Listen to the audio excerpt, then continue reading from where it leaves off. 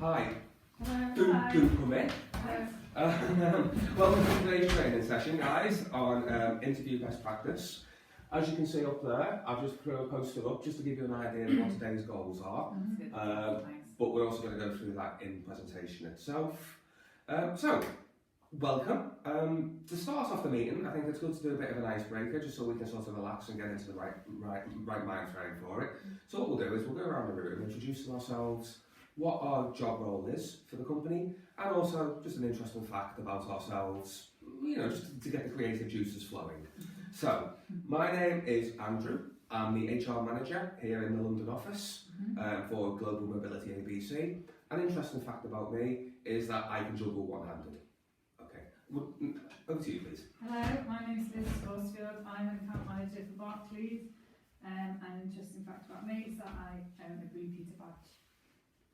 Hi, my name is Sheila. I'm the account manager for HSBC and I really like skiing. Great stuff, great. There we go. So we all know who we are for the rest of the meeting. And all right, well let's proceed.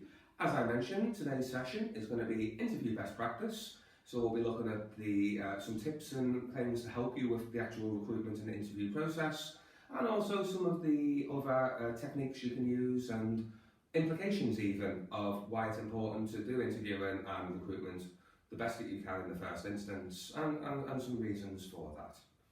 Okay, as you can see, our goals here, they're also reflected up on the poster in the background. So, as we go down, just a little picture here and a quote from Steve Jobs. Hiring the best is your most important task. Fairly obvious statement, you think. Well, actually, if you actually think about it, bear in mind how expensive recruitment is for the company. The implications that when we don't have a full team, the implications that has for our different accounts. So yeah, it's one of the most important things you can do in your role as managers is to ensure that we at ABC Mobility have the best people we can to help us fulfil our company goals and do the best for our clients that we can. Okay, some negative implications of hiring. As we do know, it's extraordinarily time consuming. There is the time needed to read review and CVs, the time needed to carry out interviews. That could be first round interviews, sometimes even second and third rounds if necessary. The time dealing with recruitment agencies. It takes up a lot of time to ensure that we're hiring the best people that we can, which is why we need to make sure we do it, if possible, on the first instance. There's the associated loss of productivity that comes with having to go through the recruitment process. You guys are not doing other parts of your day-to-day job that require your attention because you're having to go through all this recruitment. There is the loss of productivity for your team. If you've got 8 people having to do the work of 10 due to a lack of headcount, then it's hard for your employees. They're having to work above capacity, which is also damaging to morale in the long term, and you will burn them out eventually. So we need to make sure that we recruit as efficiently and as proficiently as we can in order to alleviate that stress on your team. Also, recruitment is expensive. Again, not just in the loss of productivity for the team, but also hiring recruitment agencies, the fees we have to pay to them for the referral. It's a hard thing to do, and we need to make sure we get it right as easily as we can. Okay. By all means, guys, as well as we're going along, feel free to ask any questions that pop up. There will be an opportunity at the end to ask questions, but if anything pops into your head as we're going along, just feel free to chip in, and we'll answer as we go. Thank you. Cool. So, what should the candidate know before we even get to the interview process? If they're a decent candidate and the type of candidate we actually want at ABC Mobility, the sort of calibre we want, you would have expected them to at least have a look at our company website, had a look at some of the big key milestones we've got on our company timeline that we've got up there, when we've merged with other companies, how we started, all of that sort of stuff. I'd also expect them to have an understanding of the key accounts that we look after, as they're all on the website as well. This is not stuff that they might necessarily be questioned directly about in the interview, but you'd expect them to sort of be able to volunteer this information themselves to show that they've taken an interest. After all, we want to bring people in that we hopefully will then progress through the company. We want to invest in them, so we want to make sure that we're hiring suitable candidates who are interested. They should also know a little bit about the role they're applying for. At the very least, the broad strokes of it. I wouldn't expect them to be able to go into the nitty-gritty detail of the role, but they should have a decent understanding of what it entails. They should have read the job spec closely, for example, and that is something that you might want to check with them on the actual interview itself. So would you advise asking them about that, like in sort of informally before they go into the real interview, or? No, I wouldn't do it beforehand. I mean, when they come into the office, you're not really going to speak to them much beforehand because it'll be someone from reception maybe who brings them through to your meeting room where you're doing the interviewing. Yeah. But in the interview itself, it's definitely worth checking out Prodding a little bit, prodding a little bit, exactly. Okay, cool. Okay, let me go down. Interview structure. So, it's important to try and have the interview structure as set as you can, so as you can replicate it with each candidate, because you kind of want a baseline set of parameters when reviewing people. So, as much as everything can be standardised, that will help make it easier for you when you're benchmarking candidates afterwards. So the first thing you might want to do when starting an interview is to try and establish a rapport with the candidate. You're not here to interrogate them, you know, it's not the Inquisition. So you want them to feel at as ease as possible. So as then you'll get the better answers from them. You know, if they're stressed out, biting their fingernails and can't think clearly, they're not going to interview well, and ultimately it'll be a waste of their time and your time. So when they come in, shake hands, look them in the eye, ask them if they got here okay, do they want a cup of tea? Speaking of refreshments, there's also water on the table. If any of you guys want to help yourselves to it as we go through. Thanks very much. No problem. Yeah, as I say, it's not an interrogation. So by all means, try and put them at ease when they come in.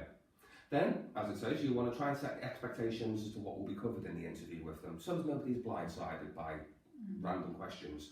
Let them know that you're going to be looking at their CV, you're going to be discussing their career history, the role that's coming up, maybe discussing some competencies and things like that with them. Just give them an idea as to how the interview is going to go. During the interview process itself, you want to allow them time to ask any questions they have. Ideally, an interview should be about 50-50 in the amount of talking done by both you and the candidate. You don't want to be getting towards the end of the interview, they haven't been able to ask a single question, and suddenly they're trying to pile everything in at the end. It can leave a bit of a bitter taste if they feel like they haven't been able to get their views and their point across as well. So you want to, again, leave enough time for them to ask any questions they may have.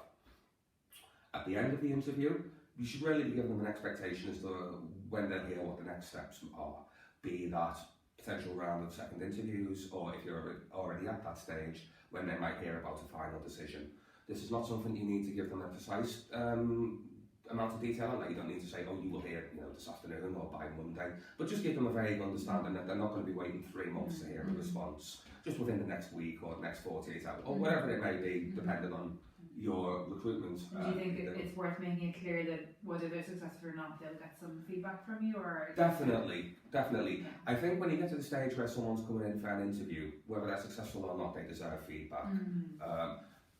You know, people whose CVs you're just rejecting and deciding not to take any further, you don't necessarily need to give any there, I wouldn't have thought. But if they've made the effort to come in and you've actually spent some time talking to them, they would deserve to hear something either way. Yeah. Great. Okay. So some question types.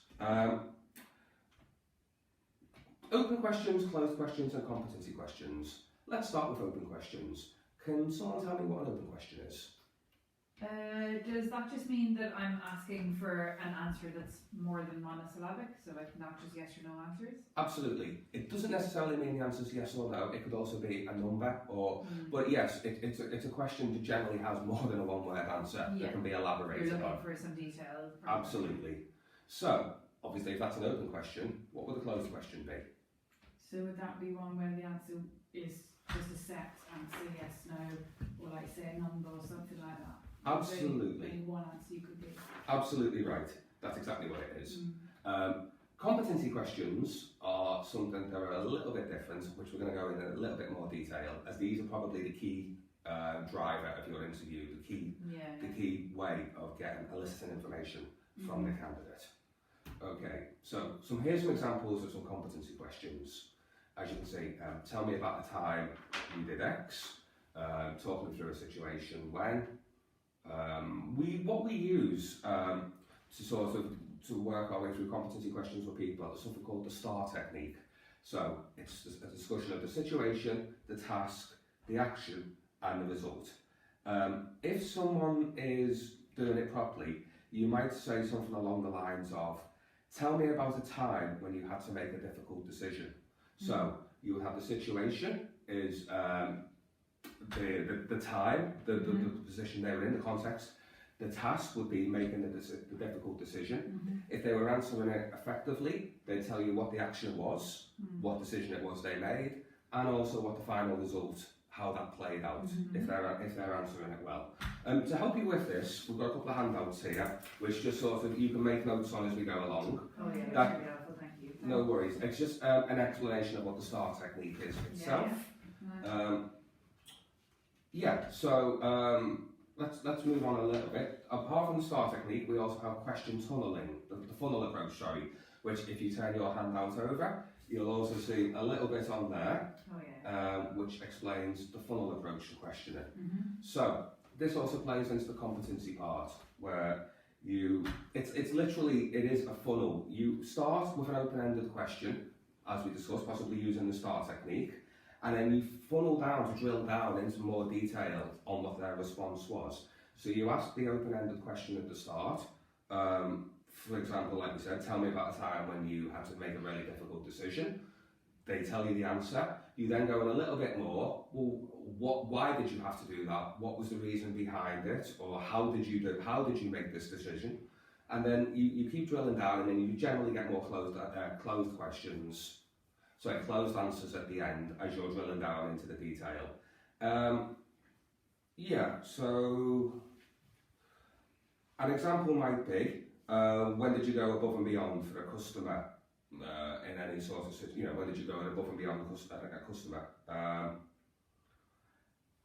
And then you, as I say, you would drill down a little bit into the detail on that one. Okay. Competency questions, let's carry on, they should be relevant to the level of the candidate. So for example, you're not going to ask someone coming in a junior admin role what experience they've got of man managing. Leadership, absolutely. Man managing a team. It's not something they'll have experience of, you just throw them off, and you're not going to learn anything from because they can't give you a decent answer on it. So you want to, likewise, if someone's coming in at a managerial or senior level, you wouldn't be asking them if they're okay in putting all the data that needs to go in at the end of every week, if they meet their targets or not. Precisely. You want to tailor the question to the level of the candidate. Likewise, really we want real life examples, not theoreticals. If it's a theoretical, they're just giving you the perfect answer, which doesn't necessarily reflect how they would behave in a set situation. So when they're when they're giving you answers to your questions, just try and be aware and see if it does kind of ring true or if it seems a little bit too perfect.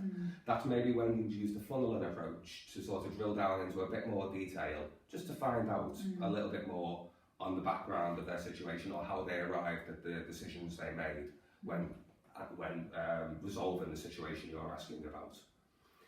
Another key thing is that you should be asking the same questions for all candidates applying for a particular role. Again, it goes back to the benchmarking. It allows you to score candidates much more easily if they're answering the same questions that have been set. If you're asking different candidates different questions, it makes it really hard to then judge them against each other when it comes time to make a decision. So really important to be asking the candidates the same questions where possible. Okay. Responses. As I said, you want to make sure that they're doing real life examples where possible. Sometimes they might not want to answer the question that you've actually given them. They may try and switch the question, twist the question slightly to give an answer to something they would rather tell you about. So it could be irrelevant or unconnected. This is something you may want to be aware of if they're trying that, and you might want to try and drag the question back to get the answer that you're actually looking for. Also, people can be selective about the answers they give. Maybe they'll only try and only tell you the good and not necessarily the whole story. So again, this is just something you want to be wary of if the candidate is trying to maybe dodge the question. Do you think sometimes they could do that inadvertently as well, you know, sort of through nerves or just... Oh no, absolutely they can. But Well, then we go back to the funneling approach and you drill down into more detail and yeah, you just keep steering it back to try and get the answers you want. Sometimes that might not happen. They just don't want to give you an answer. Yeah. You Just have work to- out, are they trying to deliberately do it or is it inadvertent? or- Absolutely, and What can you do? you would just score them appropriately Yeah. when it comes time to review their answers. Yeah. Okay. Now, questions you're not allowed to ask. Obviously, we've discussed funneling and STAR techniques. There are some things, however, we're not allowed to discuss. These are protected characteristics under the Equality Act of 2010. So I'm going to get someone to do a little exercise for me here. I'm going to read out the things that we can't discuss, and what I would like is someone to write down the list as I go along. So if I just give a pen out. Thank you. So the Equality Act of 2010 is here to protect people, protect certain characteristics from being unfairly discriminated against. So these are things you are really not allowed to discuss, certainly at interview stage, and really at all. These would be the candidate's age, disability, if they have one, any sort of gender reassignment, marriage and civil partnership status, if they're pregnant or on maternity leave, their race, their religion, their sex, by gender I mean by that, and their sexual orientation. So these are things absolutely not allowed to discuss. So thank you very much for writing that on. I'm just going to pin that up on the board behind me, and the reason for this will become eminently clear, because what I would now like you both to do between you is come up with just a few examples of a few questions you would not be allowed to ask at an interview. So you're looking at these categories. Absolutely, just have using this to show what is not allowed to be discussed. So let me just pin it up here so you can see it. Hopefully it will stay up, we'll see. Alright, I'll put a little tape on while you guys discuss that between yourselves. Yeah. Anything about their religion, I suppose, do you believe in God or...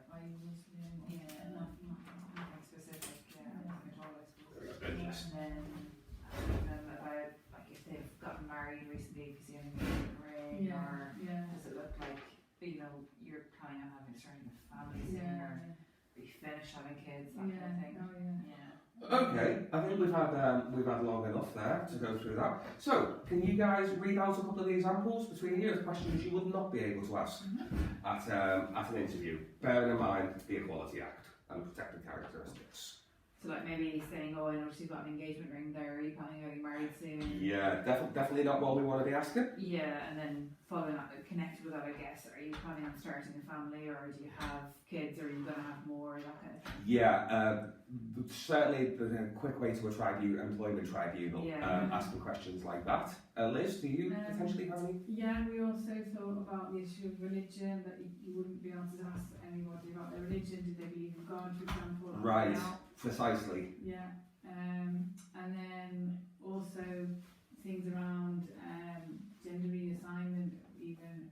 Did you used to be a woman or something like that? Yeah, I mean, obviously a question that could be taken in many in many ways, but yeah, certainly that would fall afoul of the Equality Act and would leave us open to potentially litigation. So certainly not something we want to go down, so better to just steer clear of these entirely. Fantastic. Well, thanks guys for your participation in that task. Do you think it's wise to not ask any personal questions at all, or do you have to be, I mean, are there some things that are okay to speak? I leave that to your judgment, but if it touches on any of these parts of the Equality Act, just forbidden. You know, I mean, you can ask a question like, are you planning on going on, you know, have you been on holiday or things, something like that, innocuous certainly, but anything that goes on any part of this is forbidden, basically. Okay. Fab. Okay. At the end of the interview then, this is kind of what we would expect to know from the candidate. Obviously the bit about the CV, whether they have the capability for the role. I'm assuming if they've already got them to interview stage, the CV initially showed that that was the case. However, sometimes CVs can be padded a little bit. So hopefully you've had a bit of chance to drill down into the CV with the candidate and see that it does adequately and accurately reflect their actual skill set, experience, things like that. You'd want to assess their motivation to take the role on itself. As I mentioned before, we like to bring candidates in at a more junior level and then promote from within wherever possible. We really like to invest in our workforce and bring them right through their career cycle with us. So you need people who are motivated and willing and to invest their time and loyalty with us, like we will be with them. Their attitude plays into this as well. For their attitude, did they dress appropriately? Were they on time? I've had it myself before where candidates have turned up late to the interview without alerting me that they're late. I've refused to interview them. If they're not showing me the respect by being there at an appropriate time that's been agreed, well, what does that bode? That doesn't bode well for their future career with us. I understand that sometimes things happen, people get stuck in traffic. To my mind, you leave with sufficient time to take account of any of these. However, things do happen. At the very least, they should be ringing you to let you know that they're going to be late. I suppose you can make a judgment call when they arrive based on their attitude. Absolutely. If they're polite about it, or and if they're apologetic, if they turn up 45 minutes late and are just blasé about it, maybe it's not. It wasn't. Whereas if it's 5 minutes and absolutely. Again, you leave that to common sense in your own judgment. We want to have an understanding of their career aspirations. Once again, this goes back into, are they ready to invest, hopefully a substantial portion of their career with us, as that's what we want to do with them. So that's something that's important that we need to bear in mind. And at the end of the interview, you should have an overview of their strengths and weaknesses. What appear to be weaknesses at the start might not always prove to be that way, and maybe are not major problems and things that we could rectify with training. Here in HR, we have quite a varied suite of training modules and sessions and courses we can help with to help employees with to rectify any minor issues. But we should also have a look at their strengths as well and see if they're going to be actual assets to our company. At the end of the interview then, we want to thank them for their time. Even if we know we're not going to take them on at this stage, we still want to be polite to them, friendly. They might not be suitable for this role, but that doesn't mean that they won't be suitable for another role 6 months down the line. So we want them to be happy as you can be when you're leaving a job interview with us. As we mentioned, they should know what the next steps are going to be for the process that they're applying for, be that potentially a second round of interviews, or if maybe they're in the running for the actual role itself. A good thing to do is invite them to ask, if you have gone through questions with them, it's sometimes good to say to them at the end, like, if you have any subsequent questions that you think of that you need clarification on, if you're working with them directly, recruiting them directly, then just say that they can email you maybe, or if they're going via a recruitment agency, ask them to email the agent and who will forward the questions on. I think it's a good thing. I mean, it shows that we're willing to listen, and we're open to any problems or issues they have, any questions. And it's often the way that when you leave an interview, you suddenly think of something that you wish you'd asked. It could take 5 minutes of your time to answer something which really puts them at ease, and if we then take them on, or even if we don't, but they got a good experience working with us, it's a good thing because people talk, especially in our industry, which is pretty small. We don't want to get a bad reputation. And I suppose it gives us a chance to understand how well or not we're covering everything in the interview too, so in the future we can change. Perfect, absolutely. And like I said, we want to end on good terms, just to protect our company reputation, and also just to be ethical and civil. There's no point ending on bad terms. Nothing is achieved by it at all. It's a difficult thing as to come for interviews. So so if we can make it as easy as possible. Absolutely. So some do's and don'ts for before the interview. Arrive on time. This applies to you guys as well as the candidate. If they're arriving on time, so should you be, really. We would want you to have read the CV prior to the interview. It just looks professional. If you're having to read it for the first time while you're in there with them, it just doesn't look good. As I mentioned, we want them to feel relaxed so you can get the best answers you can. Maintain eye contact, which is just a politeness thing, really. And again, goes into putting them at ease. Make sure your mobile phone's switched off. I know how sometimes we're quite busy and there's an urge to be checking emails as you're going along. We don't really want you looking at your phone while you're interviewing them. It shows a lack of respect. And I know we're all busy, we can put half an hour aside. We're just going to lose the potential to get the most out of them, aren't we? Absolutely. Show interest in the candidate. You know, we want them, as if there's someone we take on, we want them to show that we're interested, we care, because we want them to, we're investing in them, we want them to invest in us. Ensure that the role is explained. They will have already had the job description, but it doesn't hurt to go over the role in a little bit more detail with them, give them a bit more of the flavour as to what will be involved rather than just the basic stuff in the job spec. And answer any questions they have where possible. You know, they may ask some things which you can't answer, but where you can answer. And if they ask a question that you don't have the answer for straight away, just say that you'll email it over afterwards. They may ask about holiday entitlements or salary bands or something. You might not have that information straight to hand. Just let them know afterwards that you'll send an email over to them. Okay. Some don'ts. As I said, leave insufficient time to cover all the questions. You want to structure your interview so that all of the key points can be covered. It's not a major issue from our side if your interview's running over a little bit, but it's something we'd rather avoid where possible.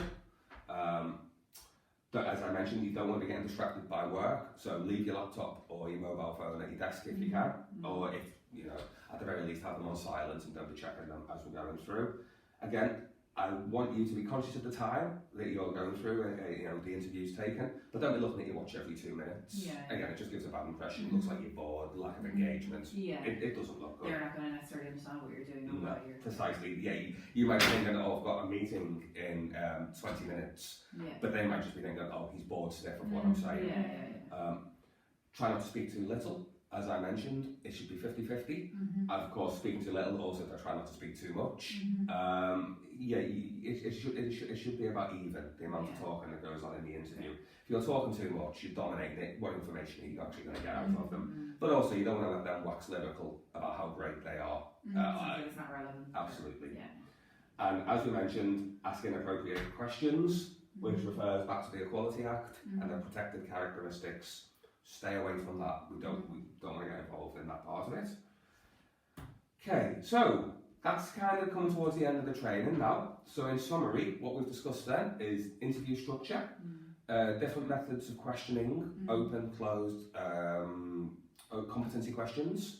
We've been through those, and the do's and do nots, obviously, of interviews and more generally, things you should and shouldn't go through. So that's all fine. Do you guys have any questions for me at this stage? I did have another question going back to the competency questions. Obviously, the competencies you'll be tested for depends on the role. But are there any general competencies that you would want to always see being asked about in an interview? Nothing specifically, because we have such varied roles. We wouldn't really have one specific. No, it would be different. It would be different ones. But prior to any recruitment going on, we'll, as part of the job spec and things like that going out for the role, we will also provide to you a list of competencies we would associate with that role. So you would be provided with this information. No problem at all to allow you to interview. Okay, so we're at the end now then. After this meeting is finished, I'll send out a copy of this presentation to all you guys, so you have to refer back to. As you know where I sit in the office, if you have any questions, by all means feel free to swing by my desk, any follow-up questions.